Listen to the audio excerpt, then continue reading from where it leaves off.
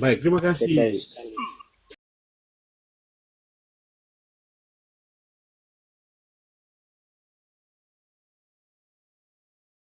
Rifa, saya terima kasih karena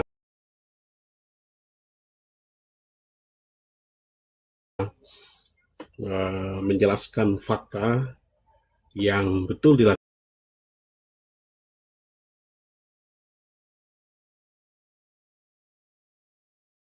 oleh gereja di masa penginjilan, penyebaran, dan lain sebagainya. Nah, saya seorang Katolik, dan kalau saya seorang Katolik, saya dalam perjalanannya hampir 2000 tahun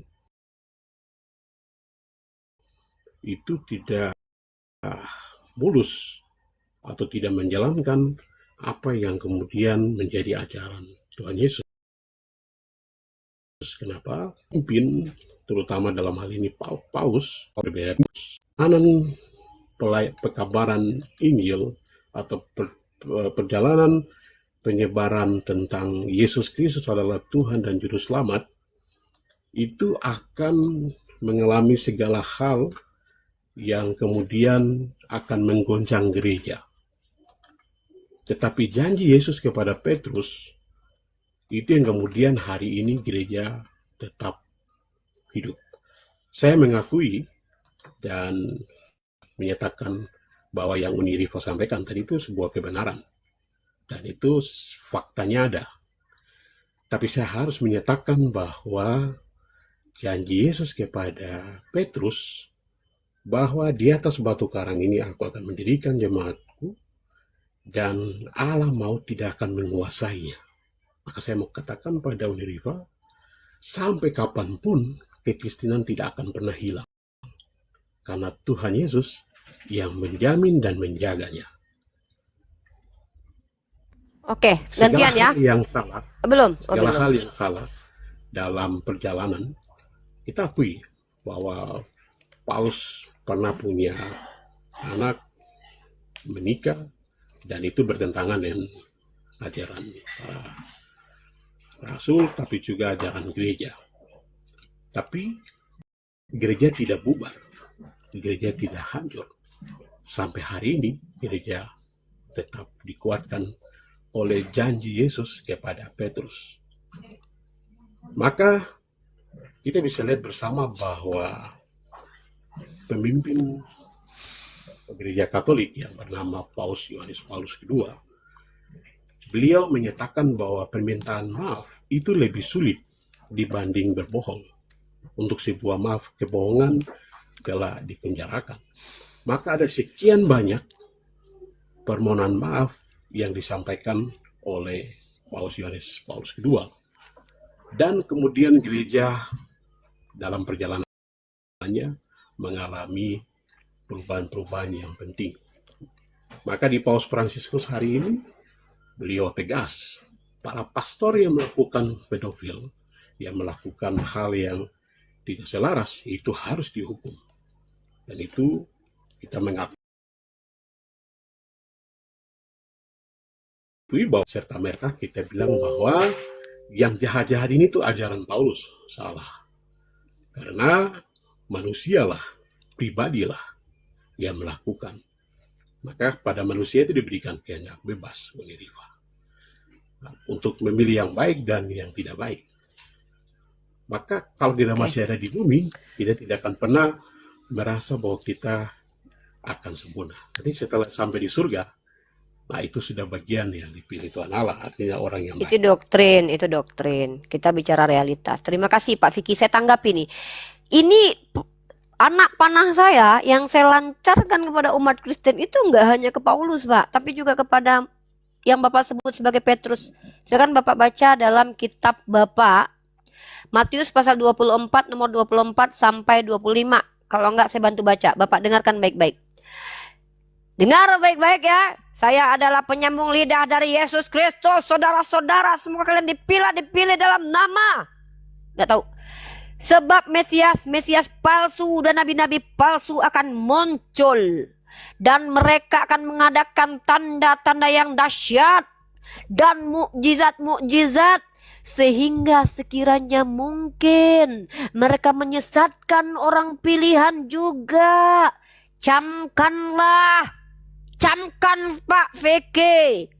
Aku sudah mengatakannya terlebih dahulu kepadamu. Saya tidak pernah berjumpa Yesus. Tapi kenapa saya lebih percaya kepada Yesus daripada kalian, sementara kalian justru tidak percaya kepada dia? Berkali-kali dia katakan, hati-hati dia dari Farisi sesat, ular beludak, dan juga seorang serigala berbulu dompet. Bahkan dia katakan, bahkan penyesat ini juga akan menyesatkan orang pilihan. Enggak mustahil orang ini menyesatkan orang pilihan. Siapa terindikasi mengikuti Paulus di antara murid Yesus yang dipilih Yesus? Mari kita bongkar. Baik, Bapak, ini bukan cocokmologi. Kalau memang ini cocokmologi, kok cocok banget ya? Nih, kita bahas. Yohanes pasal 6 nomor 70. Jawab Yesus kepada mereka, bukankah aku sendiri yang telah memilih kamu, yang 12 ini? Namun seorang di antaramu iblis. Banyak orang Kristen mengatakan ini Yudas, ini Yudas, ini Yudas. Pak, Yudas itu bukan iblis, tapi dirasuki iblis. Ada satu tokoh sentral agama Katolik dan Protestan yang jelas-jelas dikatakan iblis oleh Yesus. Bukan dirasuki iblis, tapi telak dikatakan Yesus sebagai iblis. Hanya satu yang iblis, Pak. Hanya satu. Ya, kalau Yudas nggak bisa dikatakan iblis, dia kerasukan iblis. Kerasukan iblis dengan iblis beneran tuh beda. Yang satu-satunya murid yang pernah dikatai iblis oleh Yesus adalah jatuh kepada Matius 16 nomor 23. Maka Yesus berpaling dan berkata kepada Petrus, enyahlah iblis. Pikirkan apa yang dipikirkan Allah, melainkan apa yang dipikirkan manusia. Selagi hidup saja bersama Yesus, dia mengingkari Yesus. Lalu kalian berkata bahwa Yesus ke surga, dia akan mengajarkan ajaran Yesus yang sejati. Oh, ideologi macam apa itu Bapak? Logika seperti apa itu Bapak? Ketika dia bersama dengan Yesus saja dia mengingkari Yesus, apalagi ketika Yesus sudah ke surga. Dia adalah orang pilihan yang diklaim diberikan murid-murid Yesus. Ada kontradiksi di sini. Dia mengakui kerasulan Paulus, sementara Paulus mengatakan, Petrus rasul untuk orang yang Yahudi bersunat, aku untuk non bersunat. Tapi tiba-tiba dia membaptis orang non Yahudi, yaitu siapa namanya kalau nggak salah itu? Siapa namanya itu? Ya itulah namanya ya, orang Romawi ya. Mana yang betul ini? Mana yang betul? Tunjukkan kepada saya, ini di antara pengajaran kalian yang betul siapa? Yesus, Petrus, Paulus, saya dan Yesus satu karena kami sama. Apa yang disampaikan Yesus itu juga yang saya sampaikan. Kata Yesus, camkan baik-baik, penyesat itu juga tidak mustahil menyesatkan orang pilihan. Satu-satunya iblis adalah Petrus, dan kalian pengikut Paulus dan Petrus. Katolik itu sangat berpegang teguh kepada pengajaran Petrus dan Paulus. Nah, ternyata gereja Katolik secara sejarah meninggalkan sejarah kekelaman sampai detik ini. Kenapa saya katakan? Coba perhatikan. Ada uskup peraih Nobel terindikasi mengtus bol anak kecil. Bagaimana mungkin Pak tidak bertentangan ajaran kalian dengan realitas moralitas? Kenapa? Laki-laki disuruh menahan hawa nafsunya. Disuruh nggak boleh mengeluarkan apa yang harus dikeluarkan. Habislah anak kecil jadi korban. PBB saja ikut campur dalam hal ini. Jadi kalau kita bicara realitas konkret, saya mampu membuktikan bahwa Yesus tidak pernah berbohong. Ini ibarat kata kalau saya murid Yesus nih, bangga banget Yesus sama saya nih. Mantap Liva, kau buktikan kalau aku tidak pernah berdusta. Beda sama murid-muridku, beda sama pengikutku. Giliran ditanya siapa yang ku maksud, gak ada yang bisa jawab. Hanya saya yang lantang bisa membuktikan bahwa Yesus dalam Matius 23 nomor 15-16 tidak berbohong. Karena memang terjadi serigala berbulu domba itu dari Farisi sesat, menyesatkan umat pilihan. Kemudian diikuti banyak orang, pengikutnya Durjana bin jahat luar biasa sepanjang sejarah peradaban. Ingat, Eropa itu pernah jatuh dalam kegelapan di bawah naungan gereja, sehingga umat Islamlah yang mengeluarkan kegelapan itu. Eropa itu dari kegelapan. Itu fakta. Maka tunjukkan kepada saya, mana agama yang datang dari ahli Farisi Taurat keji, yang penjahat, yang ketika mentobatkan orang ikut agama yang dia bawa sendiri, yang bertentangan dengan Yesus. Saya bisa tunjukkan.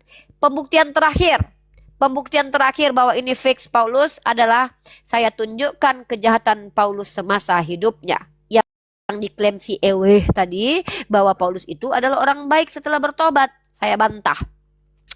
2 Korintus 11:8. Jemaat-jemaat lain telah kurampok dengan menerima tunjangan dari mereka supaya aku dapat melayani kamu. Tunjangan. 2 Korintus 12:11. Sungguh aku telah menjadi stupid, tetapi kamu yang memaksa aku. Sebenarnya aku harus kamu puji, minta depoje eksistensi.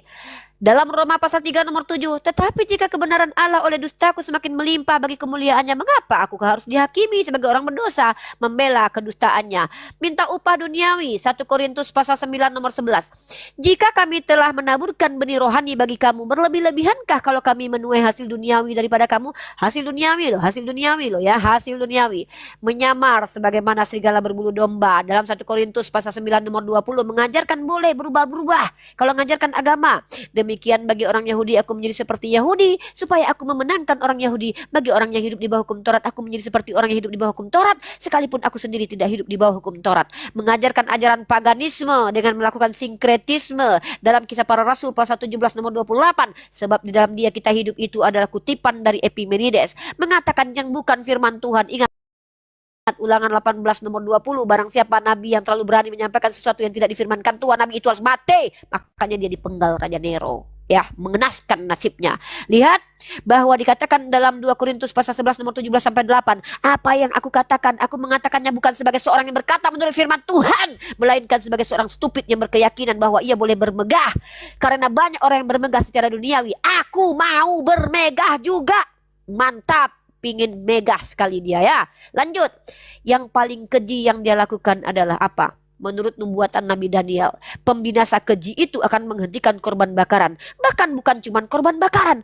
Paulus dalam 2 Efesus pasal 2 nomor 15 membatalkan hukum Torah. Tunjuk kepada saya di mana kesamaan ajaran Kristen dengan ajaran Nabi terdahulu, bahkan dengan ajaran Yesus. Satu saja ajaran Yesus yang dia ajarkan, dia jalankan, yang kalian ikuti. Baru fake.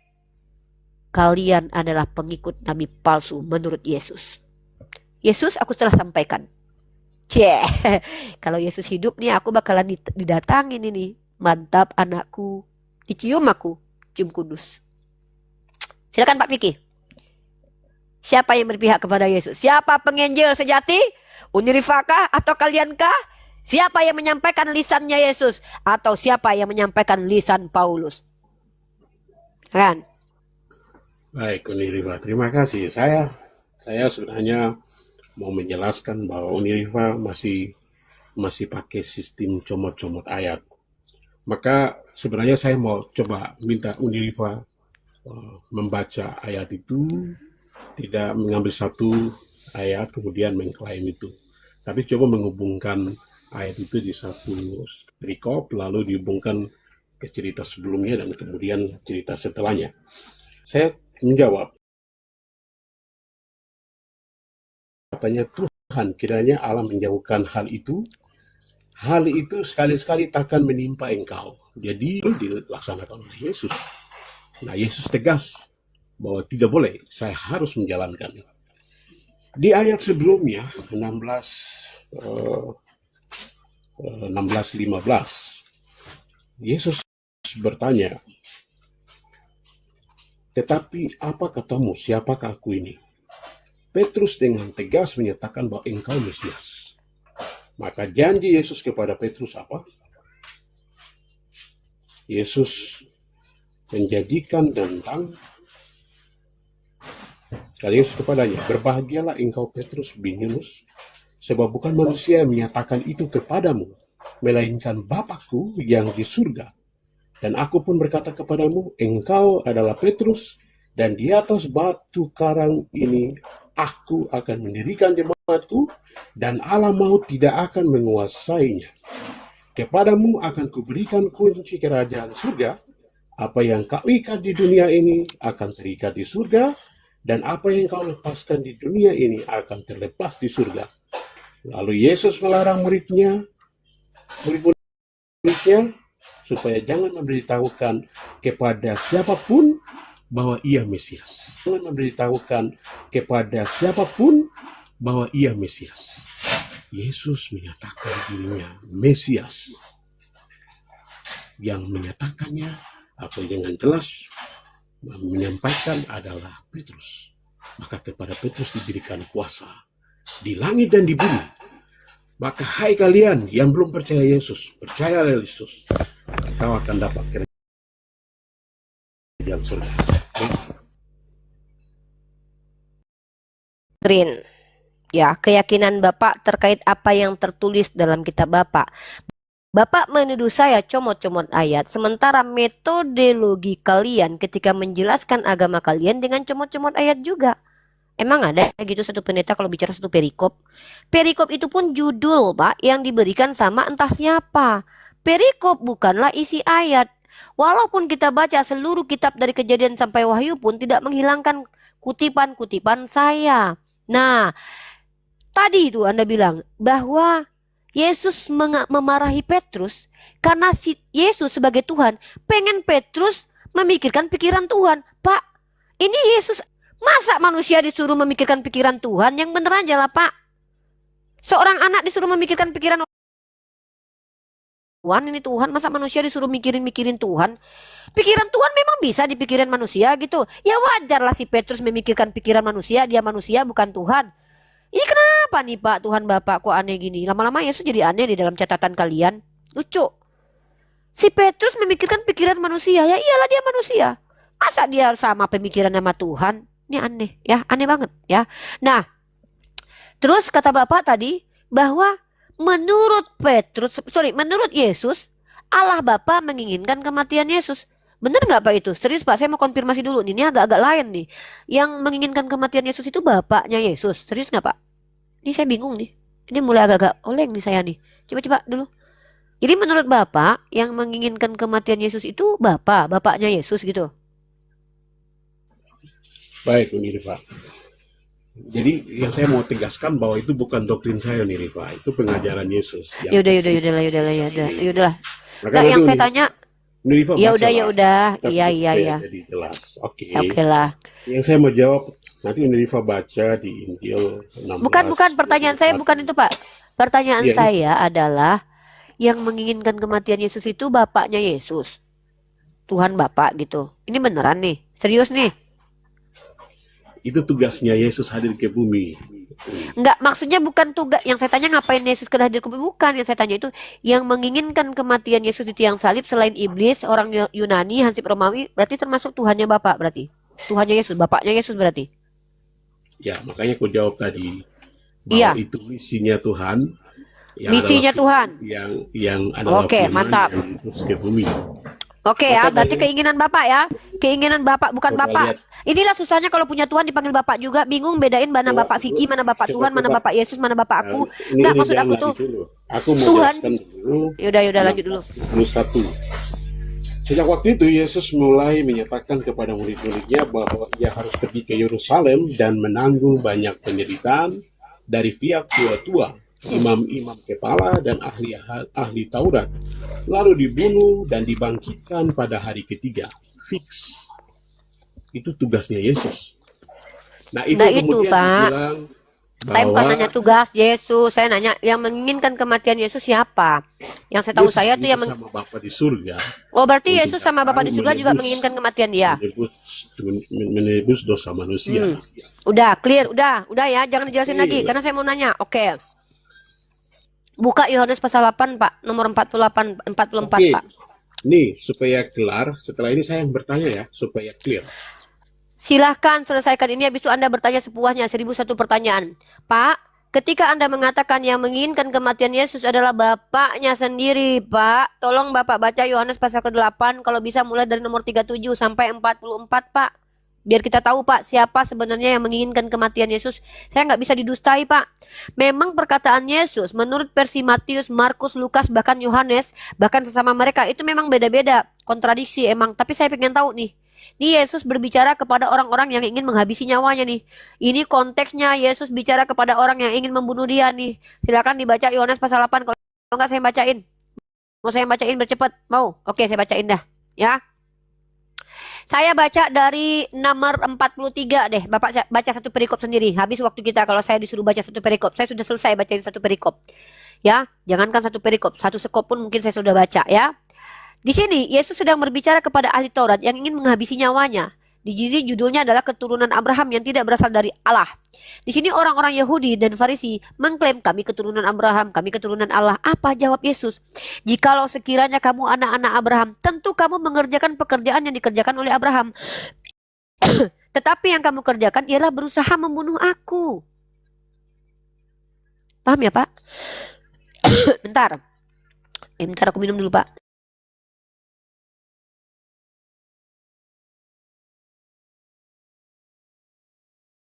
Pak keselak jakun ya Pak. Kebanyakan ngomong Pak, jakun aku gerak-gerak jatuh nanti Pak, keselak nanti. Nah, di sini dikatakan, jikalau sekiranya kamu anak-anak Abraham, tentulah kamu mengerjakan pekerjaan yang dikerjakan oleh Abraham. Apa pekerjaan Abraham? Dia tidak akan menghabisi nyawa Yesus. Karena Yesus mengatakan, tetapi yang kamu kerjakan ialah berusaha membunuh aku. Aku seorang yang mengatakan kebenaran kepadamu, yaitu kebenaran yang kudengar dari Allah. Pekerjaan yang demikian tidak dikerjakan oleh Abraham. Kamu mengerjakan pekerjaan bapakmu sendiri. Yesus mengatakan orang yang ingin menghabisi nyawa Yesus itu mengerjakan pekerjaan bapakmu. Bapakmu sendiri. Ya, jawab mereka, kami tidak dilahirkan dari zina. Bapa kami satu yaitu Allah. Kata Yesus kepada mereka, dengar ya Pak Vicky ya. Jikalau Allah adalah bapakmu Pak Vicky, kamu akan mengasihi Yesus. Nih andai Pak Vicky lagi di hadapan Yesus nih ya. Wahai Vicky, seandainya Allah adalah bapakmu, kamu akan mengasihi Yesus. Sebab aku keluar dan datang dari Allah, dan aku datang bukan atas kehendakku sendiri. Gagal sudah yang mengatakan atas kehendak Yesus sendiri ya.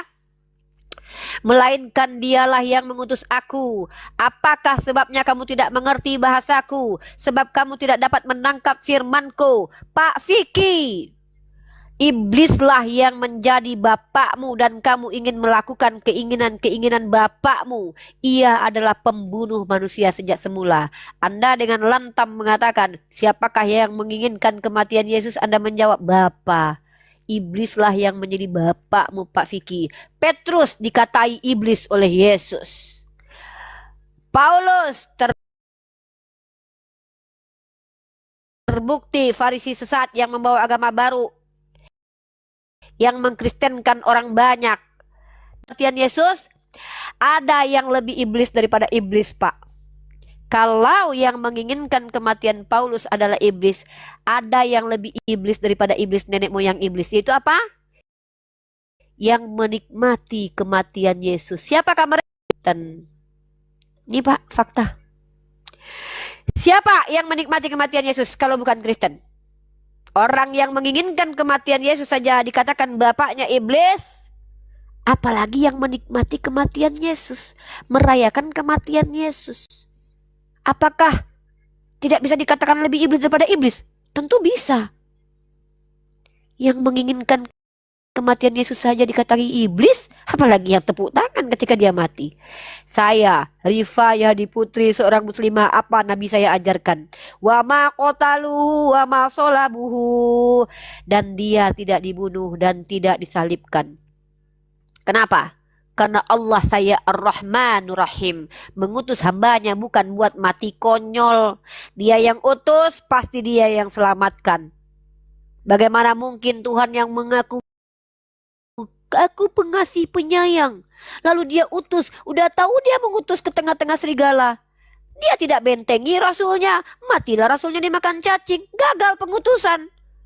Tapi tiba-tiba untuk membawa doktrin sesat lagi menyesatkan, Kristen mengatakan, memang Yesus ingin mati sendiri. Memang Bapak yang menginginkan kematian anak. untuk menebus dosa yang tidak pernah ada tertulis sebagai dosa waris. Makanya saya katakan, orang Kristen itu pengikut Paulus yang dari sekte sesat, yaitu Farisi, mengaku domba padahal serigala, mengajarkan agama barunya yaitu Kristen, menjadikan pengikutnya umat terjahat di muka bumi, dan juga pengikut Petrus, salah satu murid yang waktu Yesus hidup saja dia ingkari, apalagi sebagai murid ya, yang dikatai oleh Yesus, enyahlah kau iblis. Oh, itu kan Yudas. Yudas itu bukan iblis, tapi dirasuki iblis.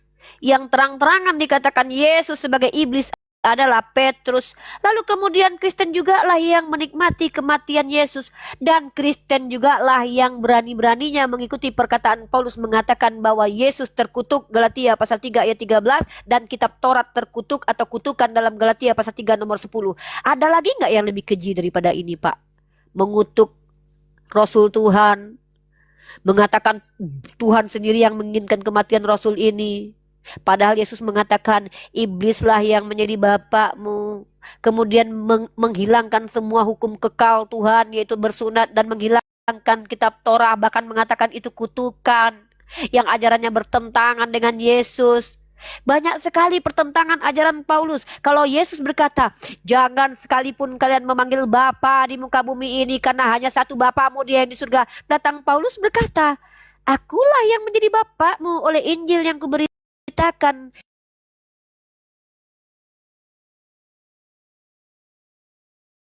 Mereka di Komal-Komal sana begitu buruk.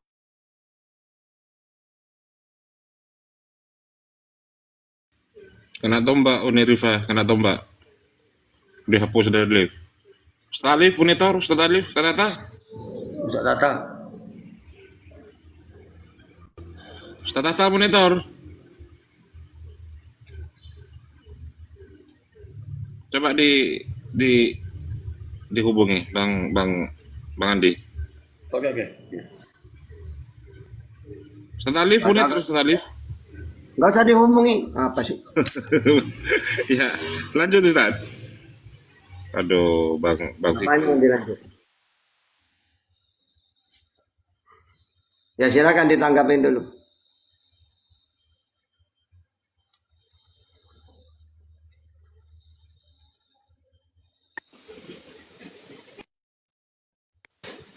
Mana tadi itu? Turun, kabur. Jangan kabur dong, santai aja. Kalau Unirifa kena tombak. Dihapus dari lift. Ayolah diskusi, bawa data, jangan asal bunyi aja gitu loh. Ini ada Mr. Lesilawang. Selamat malam Mr. Lesilawang. Selamat datang. Selamat malam Mr. Lesilawang. Dibuka mute-nya. Malam bang. Iya, agamanya apa bang?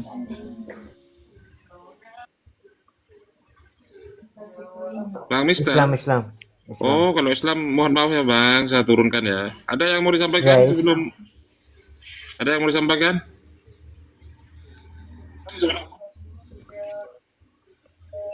Enggak ada bang. Semua udah Assalamualaikum. jelas bang. Akunku ditombak.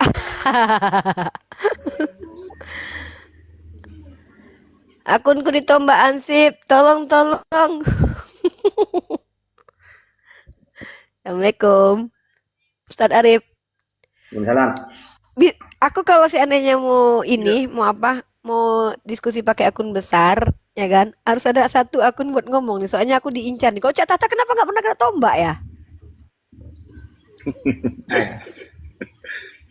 Ya, silakan. Pada saat apa? Sama aja, saya juga sering. Masa? Sama Udah aja. banyak Ustaz kali. Atta, ya. Cak Tata aja deh, lanjut. Sama. Kalau open cam itu rentan loh nih. Fotoku tuh sama, jadi tidak ketahuan kalau kena tombak. Cuma nomor doang. Mana Pak Piki tadi? Loncat. Memang menyakitkan fakta-fakta ini ya. Ntar dulu yang mana ini yang Kristen nolong saya buka di multi malah banyak yang naik ini. Yang mana yang Kristen ini teman-teman? Aduh, bentar saya cek satu persatu.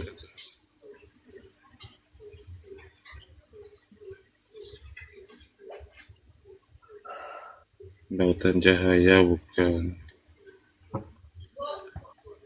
Coba teman-teman yang Muslim batalkan dulu ya teman-teman ya tuh.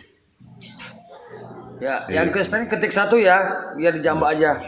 Yang Kristen ketik 1 teman-teman ya. Kalau mau diskusi mau naik silakan. Ketik 1 biar dijambak.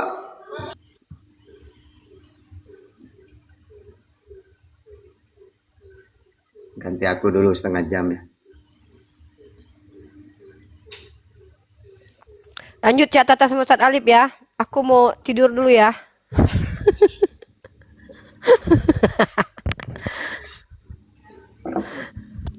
Yang Kristen ketik 1 biar dijambak aja. Banyak kali yang minta naik nggak tahu semua kayaknya. Islam semua ini. Yang Kristen ketik 3 in 1.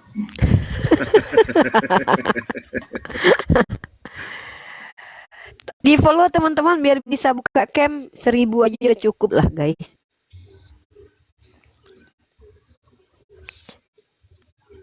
Kirain aku lah dia ini Kristen, ternyata unik.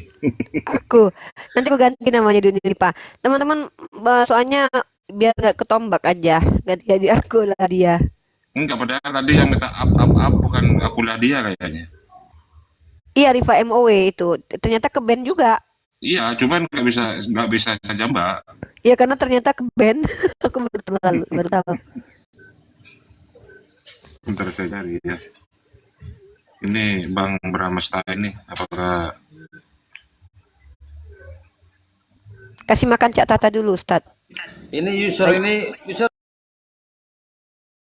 ganti akun dulu share. user kalau Biar Ustadz Alif sama Cak Tata lanjutin ya. Aku istirahat. Izin Ustadz Alif, Ustadz Arif ya. Izin aku Cak Tata istirahat. Ustadz Alif gantian. Nanti sipnya nanti sip subuh nanti bangun lagi aku terus lanjut lagi 24 jam ya. Oke lah aku istirahat dulu. Teman-teman aku mau istirahat dulu. Biar Cak Tata sama Ustadz Alif aja backup. Oke, lanjut Cak Tata. Gantian. Oke. itu siapa itu Ustaz disapa dulu, nggak mengikuti aku. Biasanya kalau nggak mengikuti teman Kristen. Dua aku Islam. Assalamualaikum turun aja bang. Oh aduh. Iya, Oh iya. naik ya, Islam tulen. Assalamualaikum. Ada yang mau disampaikan Bang? Enggak bang, saya nyimak sejak zaman dulu kala bang, belum punya ilmu itu bang. Makasih. Oh iya iya, tapi minta naik. Enggak, tadi enggak minta aku. Itu tap-tap layar Ini. itu Ustadz Arif. Tap-tap layar terus ke pencet. Minta diperminta. Iya. Banyak. Enggak kadang gini Ustadz. Ada orang-orang yang tap-tap layar terus nggak sengaja kepencet. Mereka nggak tahu kalau mereka tuh ada di antrian gitu Ustadz. Itu sering kejadiannya begitu. Jadi saya follow Umi Riva follow aja biar cepat Ya. on cam kan. Diturunkan aja beliau kalau beliau nggak minta ini. Kadang memang gitu Ustadz Arif. Kadang mereka cuma tap-tap layar nggak sengaja naik ke atas.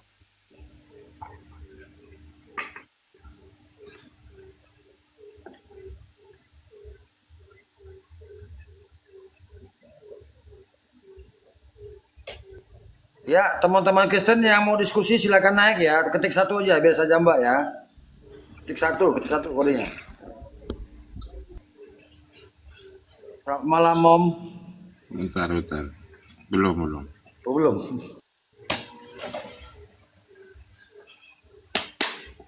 Belum loading. Kalau antri di multi itu loading memang. Makanya teman-teman jangan antri banyak ya di. Teman-teman Muslim di pending ya. Guru-guru kita udah banyak di atas ya, teman-teman ya. Tolong di pending. Kita butuh narasumber yang Kristen ini. 2 slot nih tinggal nih. Di pending yang Muslim, yang merasa Muslim, tolong di pending, dibatalkan, terus naik.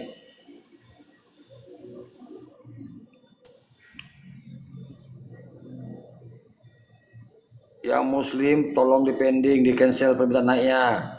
Kita butuh narasumber Kristen. Mohon dipending teman-teman. Waktu kita sudah semakin bertambah, tinggal sempit waktunya. Tadi Bang Leni tadi minta apa? Ketik 1 dosa jambak nih. Berarti Kristen dia. Bang Leniu Witang. Kristen Bang ya, tadi Abang ketik 1 ya, dosa jambak.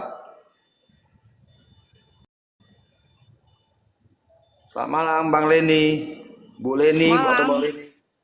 Kristen Bu ya? Ya. Oke, silakan lanjut Pak Ustadz. Jangan Kristen ketik 1 biar jambak. Lanjut.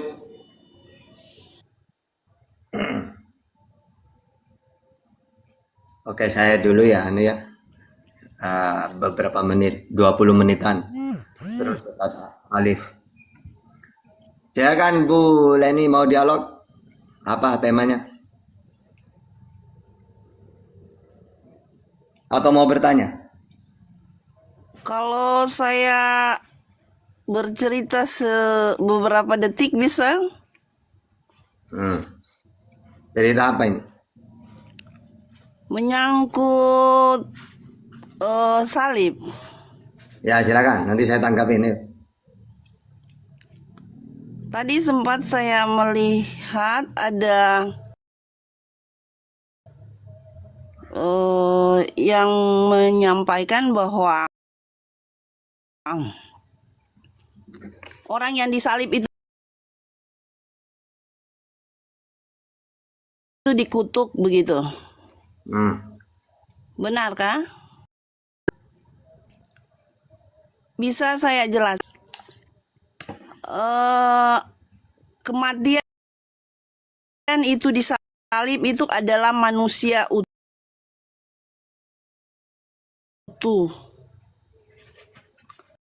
Artinya yang mati itu manusianya.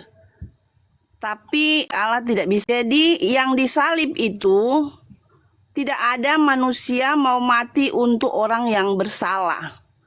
Tetapi hanya manusia yang mau mati bagi orang yang baik. Kenapa dikatakan kutuk? Karena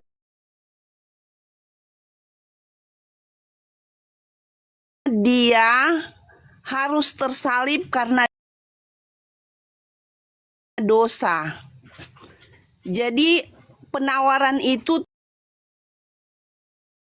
tidak memaksa dan Tuhan bukan otoriter. Izin dulu tadi ya, cukup dulu Bu.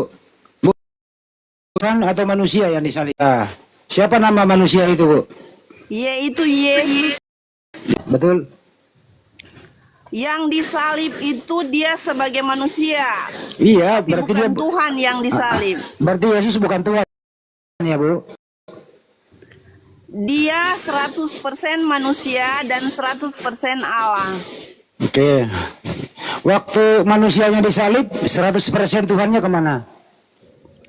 Karena Tuhan tidak bisa mati. Saya nggak nanya itu. Waktu manusia 100% disalib, 100% Tuhannya kemana? Dia ada bersama-sama dengan Yesus itu. Ya berarti ikut ke salib Tuhannya juga. Manusia memiliki roh, jiwa, dan tubuh. Oke, yang kedua Bu. Yang siapa yang terkutuk di tiang salib? Yang terkutuk itu orang-orang yang berbuat dosa. Saya tanya Bu, siapa nama orang itu yang terkutuk di salib? Yaitu Yesus. Yesus. Artinya Tuhanmu terkutuk di salib, betul? Kalau Tuhan tidak terkutuk, tetapi manusianya. Yesus Tuhan atau bukan? Yesus 100% manusia dan 100% Allah. Oke, yang disalib itu yang mananya? Manusianya, Oh, tubuhnya. berarti murni toh. Oke. Karena manusia punya tubuh, tetapi Allah tidak. Oke. Yesus waktu Allah disalib, adalah roh. dengerin dulu Bu. Yesus waktu disalib hanya tubuh saja, tidak punya roh. Jawab. rohnya itu diangkat oleh Allah. Oh, jadi waktu Yesus disalib sudah mati dia. Dia tubuhnya hidup itu sebagai nyawanya, begitu. Jadi Yesus punya 2 nyawa. 3, Trinitas. Oke. Jadi nyawanya Yesus 3. 3. Oh, 3 nyawanya Yesus. Dia Allah, dia roh, dan dia manusia. Oke, jadi campur-campur ya Bu ya. Jadi anak, Bapa, dan Allah. Berapa? Itu berapa Tuhan itu Bu? 1. Yang mana yang satu itu? Siapa nama Tuhannya kalau 1? 1 yaitu Allah. Karena Allah tidak bisa mati. Dia Saya nggak nanya Allah menjadi Bu, manusia. saya tanya Yesus. Saya tanya Yesus, nggak tanya yang lain.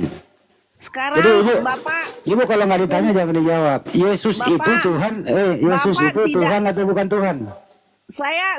saya hanya menjelaskan kalau Bapak mau menerima ya bersyukur, kalau tidak karena Ini bukan gereja pemberitaan Bu. salib itu adalah kebodohan bagi mereka yang tidak percaya. Oke, Yesus itu Tuhan atau bukan Tuhan? Yesus itu adalah anak Allah. Anak. Siapa bapaknya? Dia adalah Allah juga. Oh, berarti ada 2 Allah. Tidak, 1. Yang mana? Yesus atau Bapak? Sekarang Pak seperti Bapak. Bapak punya nyawa, punya tubuh. Saya bukan Tuhan Bu.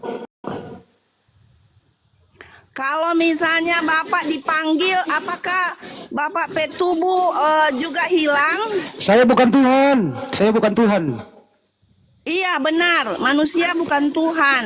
Ya udah, berarti Yesus bukan Tuhan karena dia manusia.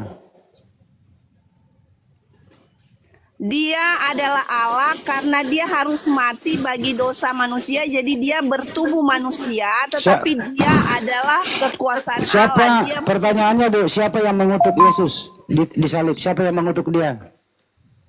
Dia dikatakan yang sudah dinubuatkan bahwa dia terkutuk orang yang disalib, karena yang disalib itu ada 3 orang, Pak. Pertanyaannya siapa yang mengutuk Yesus? Yang mengutuk Yesus adalah firman yang telah berdosa adalah dikutuk. Yang Dan mengutuk dia tidak Yesus bisa berhubungan siapa? dengan Allah. Siapakah yang mengutuk Yesus, Bu? Silakan. Yang mengutuk yang adalah ketetapan Allah bahwa orang yang disalib itu adalah orang yang terkutuk karena dia menanggung dosa ataupun dia yang berdosa. Tetapi Yesus tidak berdosa. Bu, ketetapan siapa yang mengutuk Yesus? Itu adalah firman Allah. Apa bunyinya, Bu? Firman Allah mengatakan bahwa terkutuklah orang yang digantung di kayu salib. Itu siapa yang ngomong itu, Bu? Itu adalah firman Allah. Bukannya Paulus yang ngomong, Bu? Ya, Paulus itu dia mendapat ilham dari firman Allah. Dia mendapat ilham dari Allah. Bukannya Karena dia adalah nabi. Bukannya Paulus mengutuk Tuhanmu di tiang salib. Paulus tidak punya hak untuk mengatakan kutuk, tetapi Allah. Yang menulis Galatia 3:13 siapa? Firman Allah. Yang menulis Galatia 3 nomor 13 siapa yang menulis? Dulunya Paulus itu adalah pembunuh Saya nggak orang nanya Kristen, dulu. Pak. Jadi dia dipanggil Saya dan nggak nanya dia dulu. Yang menulis Galatia siapa? Roh Allah kepada Paulus. Roh Allah bisa menulis. Roh Allah melalui Rasul Paulus. Oke. Bapa, Putra, Roh Kudus itu berapa Tuhan, Bu? 1. Yang mana yang Tuhan? Bapa atau Yesus? Yesus adalah anak. Anak. Dan dia memiliki roh yang tidak akan mati. Ya. Dan Allah itu yang memberi kuasa kepadanya. Bapa dan Yesus sama atau beda, Bu? Sama. Yakin? Yakin? Ya, oke. Jadi Bapak juga tersalib di tiang salib, Pak. Kan sama, Bu? Dia katakan sama karena dia ada Pak. Itu adalah nafas dari Tuhan. Itu adalah bukan roh yang kekal. Itu tidak tersalib. Oke. Yang tersalib adalah tubuhnya. Oke, tubuhnya. Tubuhnya Yesus Tuhan atau Sehingga- bukan? Tubuhnya Yesus Tuhan atau bukan? Tubuh Yesus bukan Tuhan. Terus apanya yang Tuhan Karena dalam? Tuhan tidak bertubuh. Oke, Dan apanya? Tuhan tidak bersetubuh. Diam. Apanya Tuhan dalam diri Yesus? Tuhan tidak bersetubuh. Tuhan tidak punya. Itu terdiri dari jasmani dan rohani. Yang manakah yang Tuhan itu? A. Jasmaninya, B. Rohaninya. Rohaninya adalah Allah. Oke, rohaninya adalah Tuhan. Betul? Dan roh Allah itu tidak bisa tersalib. Iya, roh Yang Tuhan disalib udah. tubuh. Oke. Karena tubuh itu bukan Allah. Oke, sekarang pertanyaan terakhir, Bu. Tuhannya Bunda Maria, apakah sama dengan Tuhan Ibu? Tuhan Bunda Maria maksudnya Apakah sama dengan Tuhannya Ibu? Tuhan Bunda Maria itu bagaimana? Siapa Tuhannya? Siapa nama Tuhannya Bunda Maria? Saya tidak tahu kalau Bunda Maria punya Tuhan. Yang saya tahu Bunda Maria adalah manusia biasa yang mengandung Roh Kudus menjadi manusia Maksud yaitu saya, Yesus Bu, Kristus. siapa sembahannya Bunda Maria? Saya tidak tahu Tidak tahu. sembahannya Bunda Maria, Pak. Oke, tidak Tapi yang tahu. saya tahu Maria itu adalah manusia. Oke, manusia mengandung Tetapi Tuhan. dia karena dia suci dipakai Allah untuk mengandung anak Allah melalui manusia. Ya, Karena oke. Allah tidak bisa bersetubuh. Allah Ya. itu tidak punya Anaknya, tubuh. oke, anaknya Bunda Maria Tuhan atau bukan Tuhan? Anak Bunda Maria adalah Yesus Kristus manusia seutuhnya. Oke, berarti anaknya Tapi Bunda dia adalah Allah yang Gimana memberi sih? kuasa. Anaknya Bunda Maria ini Tuhan atau bukan Tuhan, Bu? Bukan, dia Bukan. adalah Yesus Kristus. Ya, berarti Yesus, manusia. berarti Jadi Yesus dia bukan mengandung oleh Roh Kudus. Artinya Yesus bukan Tuhan ya? Yesus itu diberi kuasa karena dia adalah anak dari Yesus manusia artinya, Bu, itu, tetapi dia adalah Ish. Allah. Artinya, Bu, Yesus bukan Tuhan, betul? Yesus itu katakan, akulah jalan kebenaran Saya dan nggak nanya hidup. itu. Tak seorang pun sampai kepada Bapa kalau tidak melalui aku. Yesus Jadi dia Tuhan. berbicara ada dua. Yesus Tuhan, makna. Bu. Yesus Tuhan atau bukan Tuhan? Yesus bisa dikatakan Tuhan dan bisa dikatakan manusia kalau Ya, Bapak kok mau bisa tahu. dikatakan Tuhan, Tetapi dia disalib bukanlah Tuhan. Yesus itu kalau Bapak mau katakan Tuhan bisa, kalau mau katakan manusia bisa. Lo kok Tetapi lo karena nggak- dia lo kok nggak tersalib jelas? jadi manusia.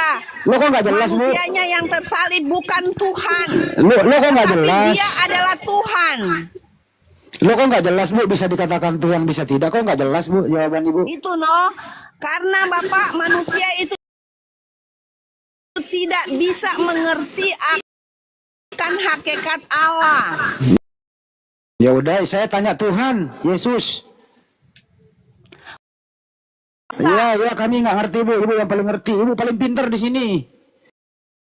Sekarang pertanyaannya adalah, apakah Yesus Tuhan atau bukan Tuhan? Ya Tuhan. Tuhan, berarti Tuhan. Oke, apakah Tuhan itu Maha Kuasa? Ya. Oke, apakah Yesus Maha Kuasa?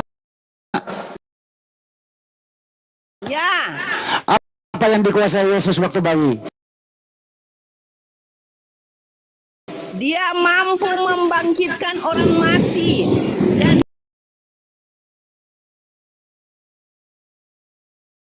Jadi dia waktu bayi, mampu.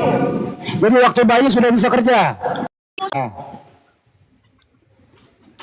Bapak, Yesus itu maha kuasa. Oke, Tapi apa karena yang dia punya otoritas harus menjadi manusia.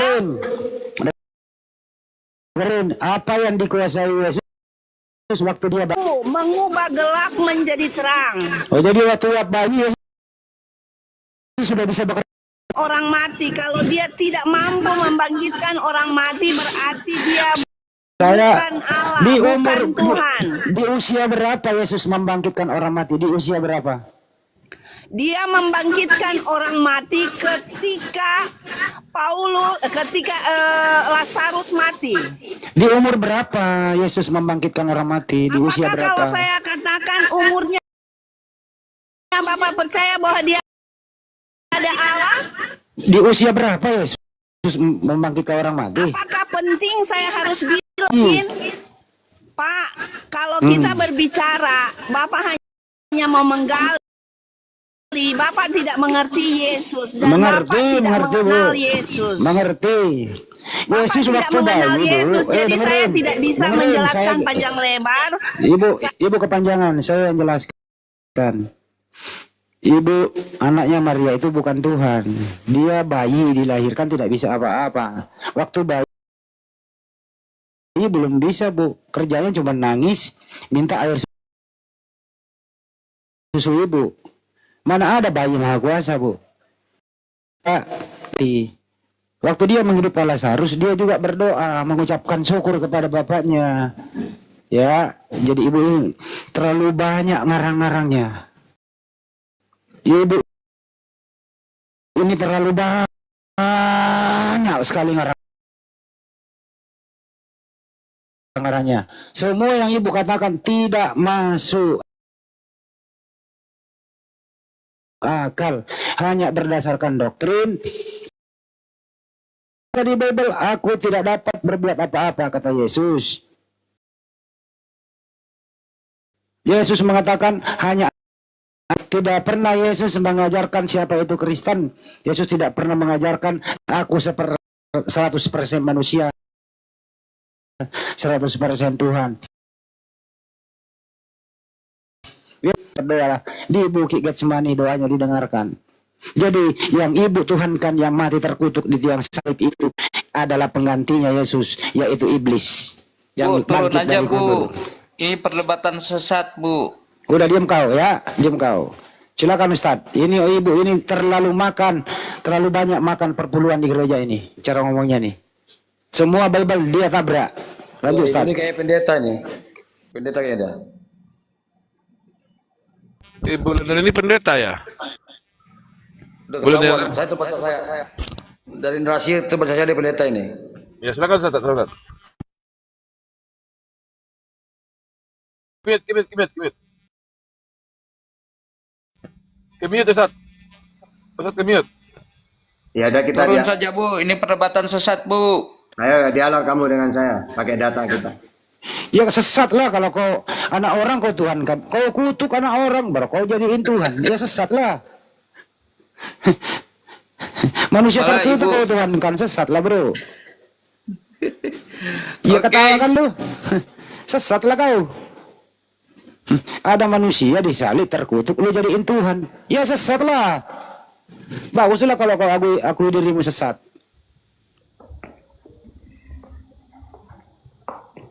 Yun, selamat malam. Oten apa Kristen? Yuyun. Gini aja Bu, boleh nih gini aja Bu. Ibu bertanya sama Ustaz Tata, biar beliau menjawab. Gimana?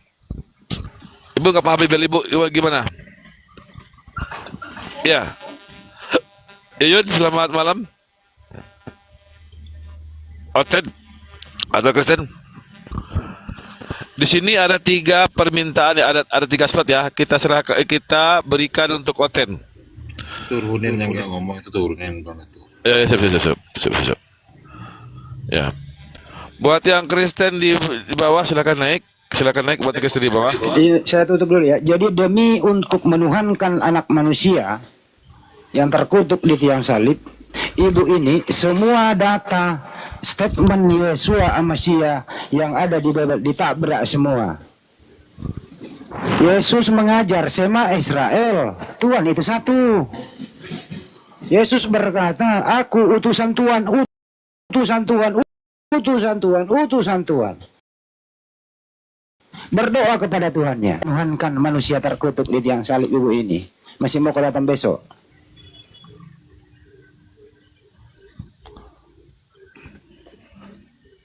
Ya, buat yang Kristen di bawah silakan untuk bertanya kepada Setata.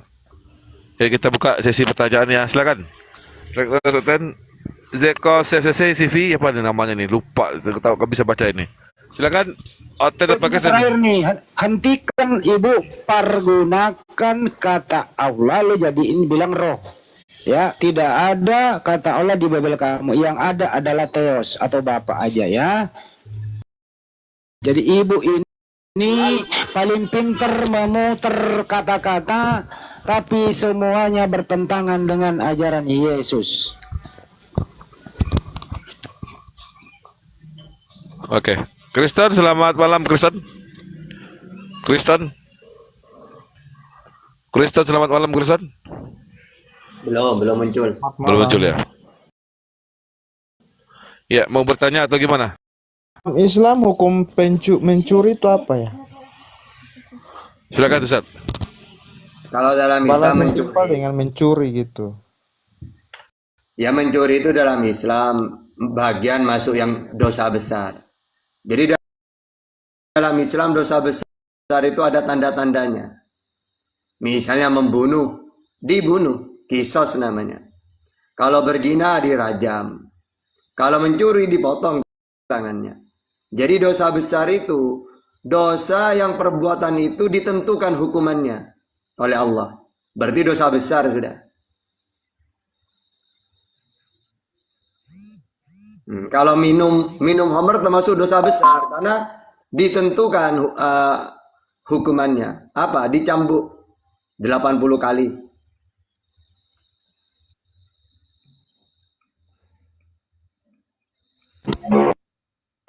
Ya, silakan Kristen.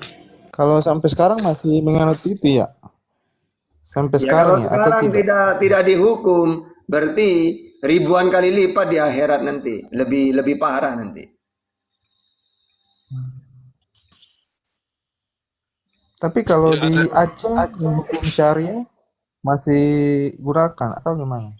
Ya kalau yang menggunakan seperti di Arab gitu, itu berlaku itu. Kenapa di Indonesia tidak ya? Berarti tidak menjalankan hukum itu. Makanya kenapa kok hukuman itu bukan kita yang menghukum, orang seperti kita.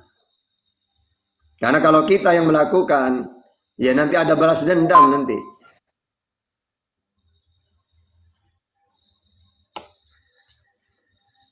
Udah silakan, intinya mencuri dalam Islam itu dosa besar.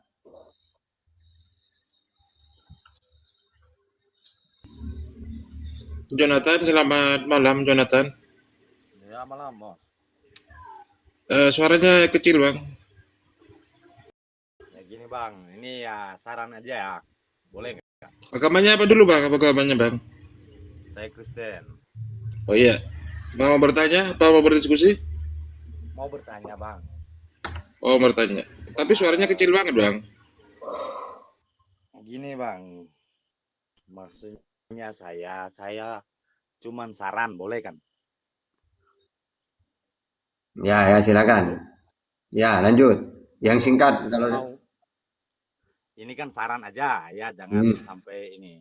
Kalau mau ngonten janganlah saling debat antara penghanut agama-agama, maksud itu. Kita semua ini sama, makhluk yang diciptakan oleh Yang Maha Kuasa. Tak perlu berdebat seperti itulah. Semua sudah menganut masing-masing, kepercayaan masing-masing macam itu. udah bang.